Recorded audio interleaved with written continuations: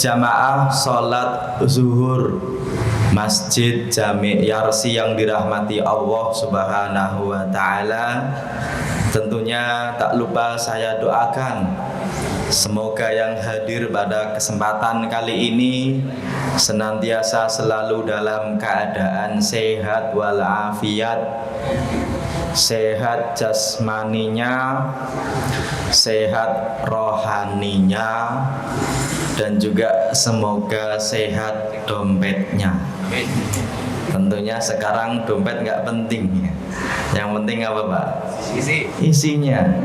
Isi dompet juga nggak penting, karena yang penting nolnya berapa di rekening ya Pak ya. Tentunya ini menjadi suatu kebahagiaan di Ramadan kali ini. Alhamdulillah agak berbeda dengan 2 tahun yang lalu. Ketika 2 tahun yang lalu Pak, mau ke masjid aja tak boleh. Sekarang alhamdulillah masjidnya sudah pakai karpet lagi, sudah boleh softnya rapat lagi. Tentunya ini kita wajib syukuri. Salah satu bentuk syukur yaitu kita hadir di masjid yang mulia ini untuk melakukan kewajiban kita, yaitu sholat zuhur. Dan alhamdulillah zuhur kali ini kita bisa lakukan dengan berjamaah. Semoga kita bisa selalu istiqomah dalam kebaikan sampai nanti meninggal dalam keadaan terbaik, husnul khotimah, amin ya rabbal alamin. Sebelumnya perkenalkan, nama saya Hanif Lutfi. Saya S1 di Jamiatul Imam Muhammad bin Su'ud, jurusannya syariah. Kemudian S1 lagi di Al-Qudwah Depok, jurusannya syariah.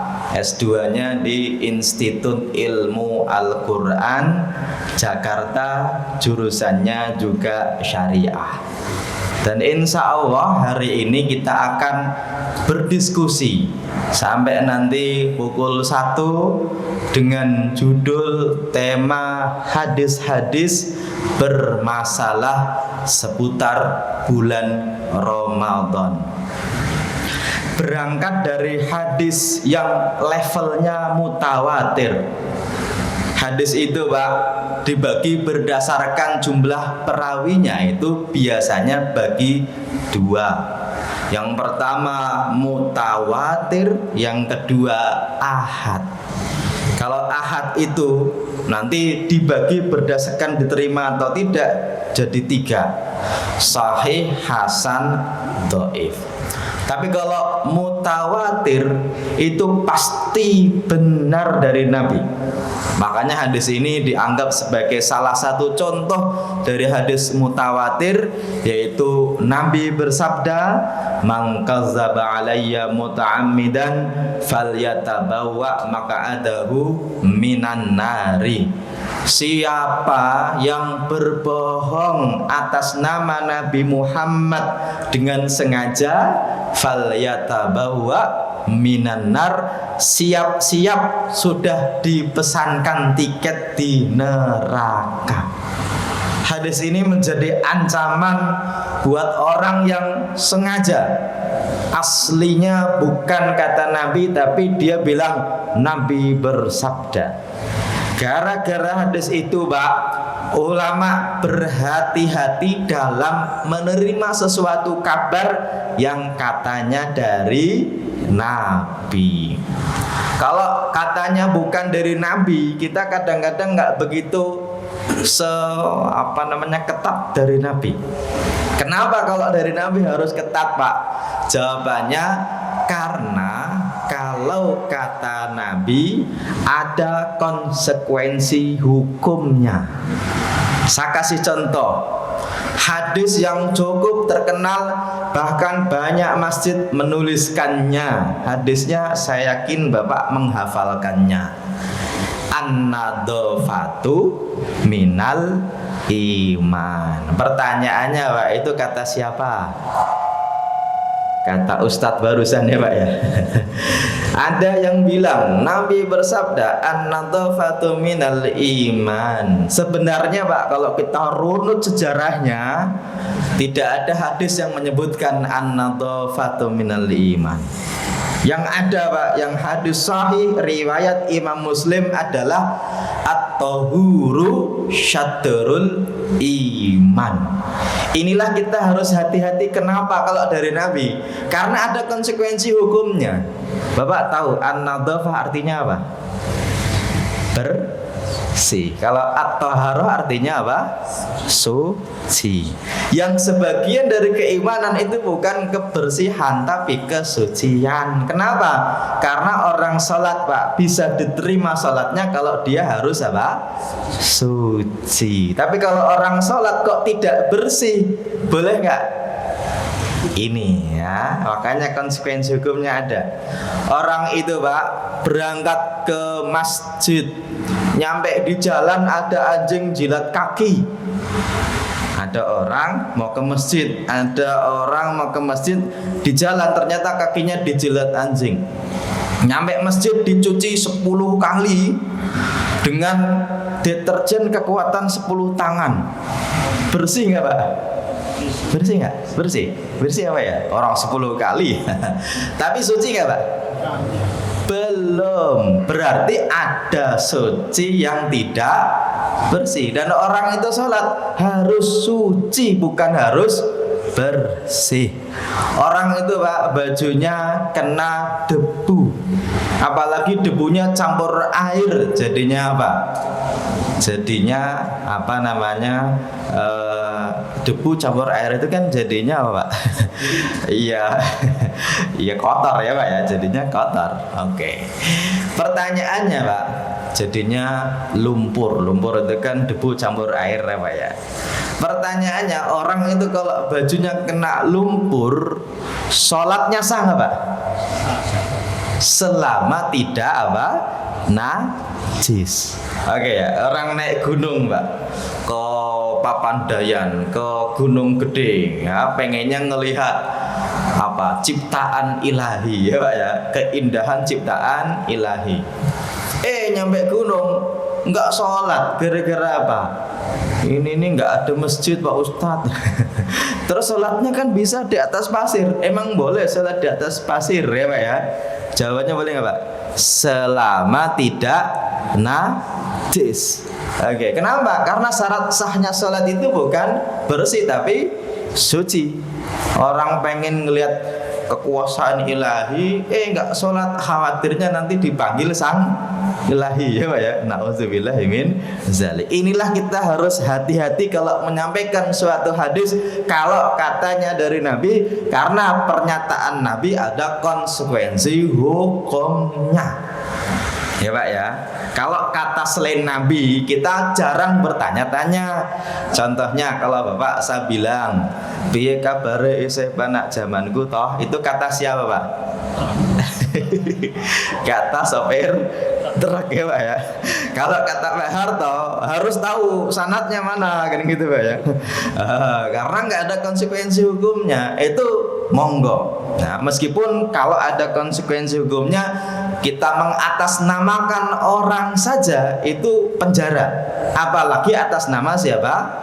Nabi. Makanya Pak, ketika kita menyampaikan hadis ini dari Nabi, kita patut bertanya valid atau tidak kabarnya dari Nabi. Oke Pak ya, ilmunya namanya ilmu hadis dalam rangka diketahui mana yang hadis dari Nabi dan mana yang sebenarnya bukan kata Nabi tapi katanya kata Nabi.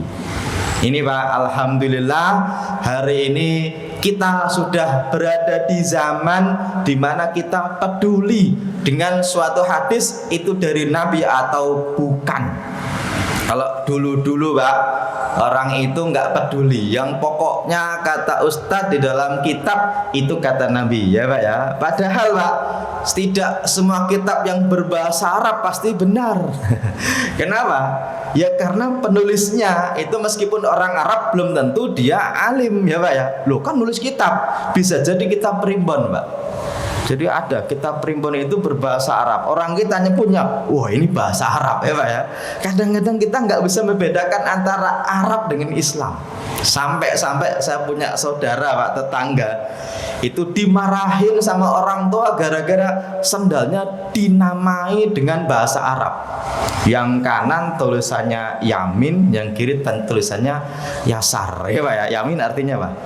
Kanan, yang kiri Yasar. Itu dimarahin. Kamu itu kok tulisan Arab diinjek-injek, ya Pak ya? Boleh nggak Pak? Ini kita kadang-kadang nggak bisa membedakan. Sampai-sampai Pak ada pernah pengajian begitu ya, saya ikut juga ngundang dari Yaman, itu ceramah Pak. Dari awal sampai akhir ada ibu-ibu dari awal ngangkat tangan. Ngapain? Amin. Dibilangin Bu itu lagi ceramah nggak lagi doa, nggak apa-apa ya Pak ya. Saya pengen amin. Makanya ada guyonan Pak, kalau bisa bahasa Arab suami istri. Jadi kalau lagi berantem itu tetangganya taunya lagi doa ya Pak ya. Kadang-kadang kita nggak bisa membedakan antara Arab dan Islam. Memang Islam ada di Arab, tetapi toilet di Arab itu tulisannya juga pakai bahasa Arab ya Pak ya. Makanya ada ibu-ibu Pak beli kulkas itu ada instruction Pak ya, ada buku instruksinya itu berbahasa Arab, sampai bilang oh sekarang kulkas bagus ya ada doa-doanya. Bukan doa-doa, itu instruksi tapi pakai bahasa Arab ya Pak ya. Ini Pak, alhamdulillah kita sudah berada di masa di mana kita tidak dengan mudah terbawa kata-kata kalau katanya dari Nabi. Makanya kita patut mempertanyakan ketika ada suatu hadis ini bermasalah atau tidak. Tetapi begini, kadang-kadang kita malah mengalami masalah dalam memahami masalah itu sendiri. Wah, apa ini? Oke, saya pengen katakan begini. Al-Quran dan hadis itu menjadi dua sumber dalam syariat Islam yang kalau kita pegang kita tidak akan tersesat. Itu hadis riwayat Imam At-Tirmidzi dan juga riwayat Imam Al-Hakim dalam kitabnya Al-Mustadrak. Taraktu fikum amraini, saya meninggalkan pada kalian dua perkara ma antamasaktum bihima lam tadhillu abadan. Kalian tidak akan tersesat selamanya. Yang pertama apa? Kitabullahi, Al-Quran. Yang kedua wa sunnatu rasulihi, yaitu hadis Nabi. Ya Pak ya, oke. Hari ini kita juga sudah mendapatkan Al-Quran plus terjemahnya macam-macamnya sudah ada. Hadis juga hari ini Pak kita sudah dapatkan, bahkan kitab-kitab hadis sudah tersaji di internet plus terjemahnya ya Pak ya. Cuma Pak kadang-kadang kita tidak tahu sejarah antara Al-Quran dan hadis itu berbeda, maka masalah Al-Quran dan hadis itu juga berbeda. Oke, kok bisa begini? Saya tanya Pak, kitab hadis yang paling sahih itu riwayat siapa? Imam Bukhari ya Pak ya. Oke, ini pertanyaan sederhana dan kalau bisa insya Allah dapat hadiah ya Pak ya. Hadiahnya dapat ucapan selamat dari saya. Nah, Imam Bukhari itu Pak namanya siapa? Oh. Bapak pasti tahu tapi nggak enak kalau jawab ya Pak ya. Ini banyak orang nggak tahu, dan apalagi kok namanya aja nggak tahu apalagi sejarahnya ya. Makanya kita hari ini Pak kadang-kadang kita itu ini hadis bermasalah, tapi kadang-kadang kita nggak tahu emang masalahnya di mana dan apa konsekuensi hukum dari bermasalah itu ya Pak ya. Oke, makanya nanti dibahas dalam ilmu namanya ilmu mustalah hadis. Imam Bukhari ya, tadi saya tanya namanya siapa? Namanya adalah Muhammad. Muhammad siapa? Apakah Muhammad Bukhari? Bukan, Muhammad doang Pak. Ya nggak pakai doang sih, Muhammad tok lah, nggak pakai tok juga. Pokoknya itu Muhammad. Gelarnya Pak itu Al-Bukhari. Kenapa namanya Bukhari? Karena beliau lahir di daerah namanya Bukhara. Bukhara mana? Ada yang tahu nggak? Kalau nasi Bukhari Bapak tahu ya? Tahu ya Pak ya? Nasi mandi, nasi biryani itu kan enak ya Pak ya. Nah, siang-siang ini ngomongin makanan kayaknya enak semua ya Pak ya. Imam Bukhari itu namanya Muhammad bin Ismail Al-Bukhari. Beliau lahirnya di Bukhara. Bukhara itu mana? Kalau Bapak nanti punya Google Map, ketik Bukhara itu nama daerah yang hari ini masuk wilayah Uzbekistan. Dulu Pak Soekarno itu mau diminta ke Uni Soviet, tapi karena Indonesia itu dulu non blok ya Pak ya. Nah, kalau nanti ke sono nanti dikiranya mendukung Uni Soviet, sampai-sampai Pak Karno bilang gini, saya mau ke sono tapi tolong carikan makamnya Imam Bukhari, karena dulu Uzbekistan masuk dalam salah satu negara Pak Uni Soviet. Makanya hari ini Pak makamnya Imam Bukhari masih ada. Dan mereka katanya ya Pak ya, nanti kalau Bapak jalan-jalan sekali-kali ke sono itu katanya kenal juga dengan Pak Soekarno. Itu Pak, hadis yang paling sahih adalah riwayat dari Imam Bukhari. Imam Bukhari sendiri pernah nggak ketemu Nabi? Enggak. Sahabat Nabi pernah? Enggak. Tabiin? Enggak. Tabiut tabiin? Enggak. Beliau itu lahir tahun berapa? 194 Hijriah, meninggal 256 Hijriah. Berarti 3 abad setelah meninggalnya Nabi Muhammad Sallallahu Alaihi Wasallam ya Pak ya. Apalagi Imam Muslim itu meninggal tahun 261. Nanti Tirmidzi, Abu Daud, Nasai, Ibnu Majah yang kita hari ini kenal hadisnya dengan HR ya Pak ya. Apa artinya HR itu? Hadis riwayat. HR Bukhari berarti hadis riwayat Imam Bukhari. HR Muslim berarti hadis riwayat Imam Muslim. HR Tirmidzi hadis riwayat Imam Tirmidzi. Meskipun ada HR yang nggak punya kitab hadis ya Pak ya. HR Rasuna Said itu nggak punya kitab hadis ya, karena singkatannya Pak Hajah Rangkayo Pak. Itu kitab-kitab itu Pak yang kita bisa baca sampai hari ini. Ya, mereka itu Pak hidupnya antara abad kedua terakhir sampai ketiga awal atau pertengahan. Yang paling awal itu Imam Malik. Ya Pak ya, Imam Malik itu meninggal tahun 179 Hijriah. Punya kitab hadis namanya apa? Al-Muwatta. Tapi kenapa kitab Muwatta itu nggak dipakai sebagai kitab hadis induk? Jawabannya karena dalam kitab Al-Muwatta masih ada pernyataan dari sahabat Nabi dan fatwa dari para tabi'in, termasuk fatwa dari Imam Malik sendiri. Beda dengan hadis Sahih Bukhari yang mana Imam Bukhari beliau menamakan kitabnya dengan Al-Jami' As-Sahih Al-Musnad Al-Mukhtasar min Sunani Rasulullah Sallallahu Alaihi Wasallam wa ayyamihi. Ini nama lain dari Sahih Bukhari ya Pak ya. Al-Jami' As-Sahih Al-Musnad Al-Mukhtasar min ayyamihi wa sunanihi ya Pak ya. Ini nama lain dari Sahih Bukhari. Itu dianggap paling sahih. Kenapa? Karena yang pertama Pak, Imam Bukhari itu mengumpulkan hadis dari sekian banyak guru. Bahkan beliau hafal 100.000 hadis sahih sanad dan matannya. Tapi yang ditulis dalam Sahih Bukhari cuma 7.500-an hadis ya Pak ya. Ini yang ditulis oleh Imam Bukhari. Dan dalam Sahih Bukhari Pak, itu beliau hanya mengumpulkan yang kata Nabi atau perbuatan dari Nabi, tanpa tambahan dari fatwa-fatwa. Kalaupun ada fatwa dari sahabat Nabi itu sangat sedikit sekali. Ya, makanya kalau kita lihat Pak, masalah hadis yang pertama Pak, jarak antara penulis hadis, pengumpul hadis dengan Nabi itu sangat jauh ya Pak ya. Contoh nih, saya contohkan Imam Bukhari terus karena ini yang menjadi salah satu hadis kitab yang kita pegang ya Pak ya. Jarak antara Imam Bukhari sampai kepada Nabi paling dekat itu 3 perawi, paling jauh 8 perawi. Biasanya antara 5, 6, 7 perawi. Yang mana jalur itu namanya apa? Sanad. Ya Pak ya. Imam Bukhari dapat dari gurunya, gurunya dapat dari gurunya, gurunya dapat dari gurunya, gurunya dapat dari tabi'in, dari sahabat Nabi, dari Nabi, namanya apa?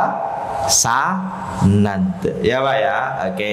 Ini Pak, Imam Bukhari satu isi hadis dihafalkan dapat dari siapa? Ya Bapak saya tanya, gurunya Bapak kalau Quran kan tahu ya Pak ya, guru Quran kan tahu ya. Tapi kalau gurunya guru kita tahu nggak Pak?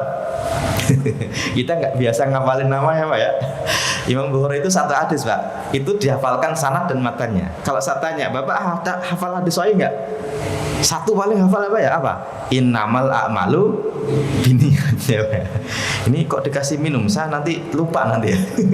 Khawatir nanti. Sengaja banget ini ya. Cuma saya nggak dikasih ini kan. Kalau dikasih nanti jangan diingetin ya Pak. Wah ada. Wah ini pengurusnya ini puasa nih ya.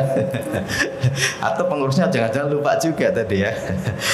Tentu cuma saya pegang-pegang ya Pak. Biasanya kadang-kadang saya minum nih. Oke. Kalau isi hadis namanya apa? Matan. Bapak tahu nggak? Hafal satu hadis tahu nggak? Hafal. Setidaknya satu hafal ya. Innamal a'malu binniyat ya. Tapi kalau sanadnya apa nggak Pak? Enggak. Sama berarti ya Pak. Itu Imam Bukhari itu Pak ngapal gini innamal a'malu binniyat dalam Sahih Bukhari itu enggak cuma satu hadis tapi 4 hadis yang masing-masing ada sanadnya dihafalin dari siapa. Ya Pak ya. Kita itu Pak, bapak kita tahu. Tapi kalau bapaknya bapak kita tahu nggak Pak? Masih tahu ya Pak ya, 2 generasi ini. Kalau bapaknya bapak kita tahu nggak Pak? Sudah nggak tahu? Padahal baru 3 generasi ya. Kalau bapaknya bapak kita tahu nggak? Udah hilang Pak. Ini ya. Imam Bukhari itu Pak hafal ini dapat dari guru saya lah. Guru saya dapat dari gurunya. Itu disebutkan namanya. Salah satu masalah hadis adalah ketika suatu hadis melalui jalur orang yang tidak bisa dipercaya, itu namanya hadis dhaif. Ya Pak ya.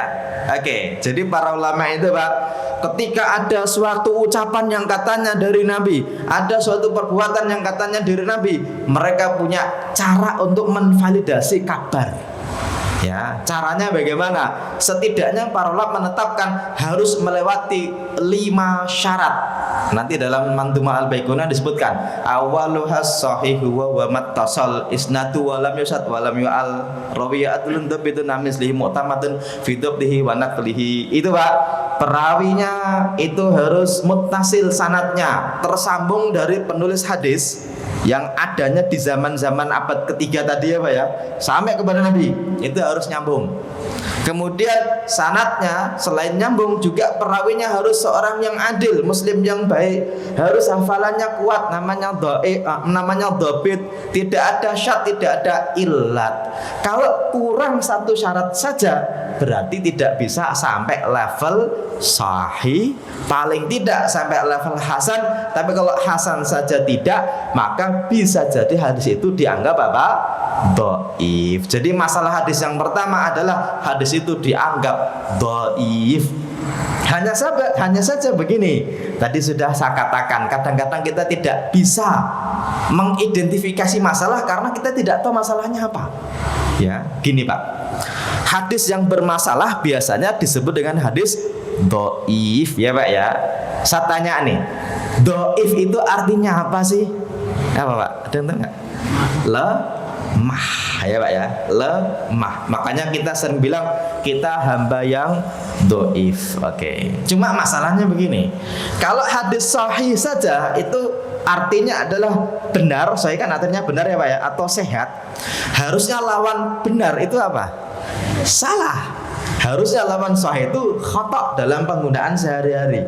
Atau lawan sahih sehat itu harusnya marid atau sakim. Oke. Tetapi dalam penggunaan hadis tidak digunakan istilah khata atau sakim atau marid, tapi digunakan istilah apa?